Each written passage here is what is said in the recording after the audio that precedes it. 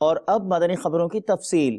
ہفتہ وار سلسلہ ہوا عالمی مدنی مرکز فیضان مدینہ باب المدینہ کراچی پاکستان سے مدنی چینل پر براہ راست شیخ طریقت امیر اہل سنت دامت برکاتہم العالیہ نے شرکاء و مدنی چینل کے ناظرین کو اپنے مدنی پھولوں سے نوازا۔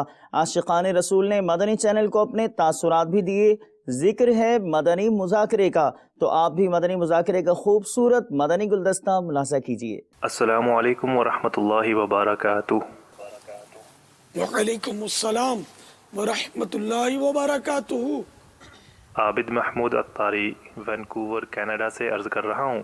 بابا جان، کینیڈا میں انگلش اور فرینچ زبانیں بولی جاتی ہیں، اور الحمدللہ عز و جل دعوت اسلامی کی مجلس تراجم فرینچ ٹرانسلیشن میں بھی کام سر انجام دے رہی ہے، جس میں کچھ نہ کچھ حصہ لینے کی مجھے بھی سعادت نصیب ہوئی ہے، اور الحمدللہ عز و جل فرینچ پڑھنے اور سمجھنے والے ان رسائل سے فائدہ اٹھا رہے ہیں۔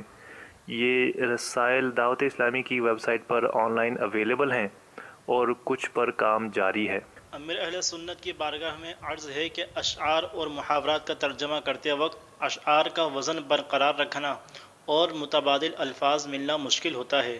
اس صورت میں کیا کیا جائے جبکہ متبادل محاورات بھی بعض اوقات نہیں ملتے؟ بابا جان سے میرا سوال ہے کہ ترجمہ کرتے وقت ہم کیا کیا نیتیں کر سکتے ہیں؟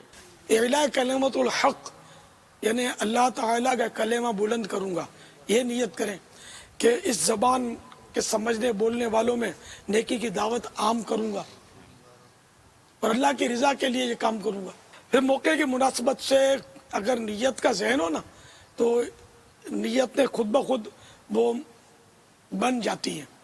دوسرا یہ کہ وہ اشعار اور محاورات، تو ایک زبان کا جو شعر ہے اس کو شعر ہی میں دوسری زبان میں کنورٹ کرنا، یہ تو ظاہر ہے کہ مشکل ترین ہے۔ پھر یہ اس جس نے شعر لکھا یہ اس کا کہلائے گا بھی نہیں۔ مثال کے طور پر سرکار اعلیٰ حضرت کا شعر ہے، اب اس شعر کو کوئی فرینچ میں کر بھی لیتا ہے اور باقاعدہ اس کے وزن اور یہ فن شعری کے مطابق وہ درست بھی ہو فرینچ کی لینگویج کے حساب سے، تب بھی یہ اعلیٰ حضرت کا شعر اب نہیں کہلائے گا، یہ اسی شاعر کا شعر کہلائے گا جس نے اس کو موزوں کیا۔